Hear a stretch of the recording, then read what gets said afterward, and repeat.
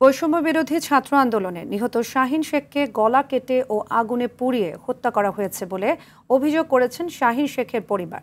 দুপুরে সিরাজগঞ্জ প্রেস ক্লাবে এক সংবাদ সম্মেলনে এসব অভিযোগ করেন নিহত শাহীনের বাবা বাবু শেখ। এ সময় তিনি বলেন, শাহীন কোনো রাজনৈতিক দলের সঙ্গে জড়িত ছিল না। গত ৪ আগস্ট শহরের চৌরাস্তা মোড়ে বৈষম্য বিরোধী ছাত্র আন্দোলনের মিছিলে যোগ দেয়। দুপুরে আওয়ামী লীগের নেতাকর্মীরা মিছিলে হামলা করে। এ সময় ধাওয়া খেয়ে আত্মরক্ষায় জান্নাতারা হেনরির বাড়িতে আশ্রয় নিলে তাকে গলা কেটে হত্যার পর মরদেহ আগুনে পুড়িয়ে দেওয়া হয়।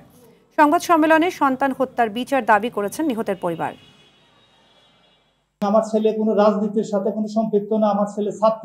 আমার যে ছেলেটা বৈষম্য বিরোধী ছাত্র আন্দোলনে বাড়ানোর পরে আমার ছেলেটার বাড়ি ফেরে নাই। আমরা আমি আমার পক্ষে দিয়ে আমার ছেলের আমি সুস্থ তদন্ত চাই এবং সরকারের কাছে একটা সুস্থ আমরা দাবি জানাই এবং বিচার চাই।